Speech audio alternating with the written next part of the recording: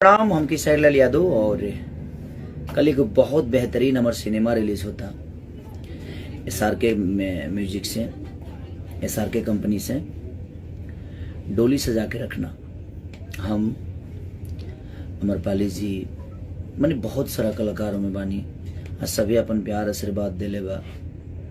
पराग पाटिल के भी हम सिनेमा करते नहीं जी। आज थोड़ा सा नेटवर्क के प्रॉब्लम बा। हमनी के वो सिनेमा में योगदान शुरू में हमारे देव पांडे जी ने बहुत बढ़िया दिया। उन्होंने बड़ा कोऑपरेट किया, उनकी पूरी टीम ने कोऑपरेट की। रक्षा गुप्ता ने बहुत अच्छा काम किया, हमारे कैमरामैन प्रिंस भाई ने बहुत अच्छा काम किया।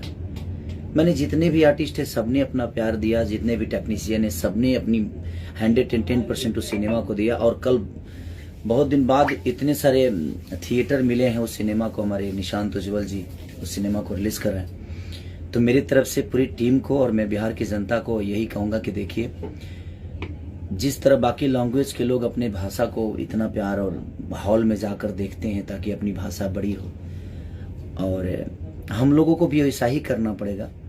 और एक हॉल लायक के सिनेमा बना भी है।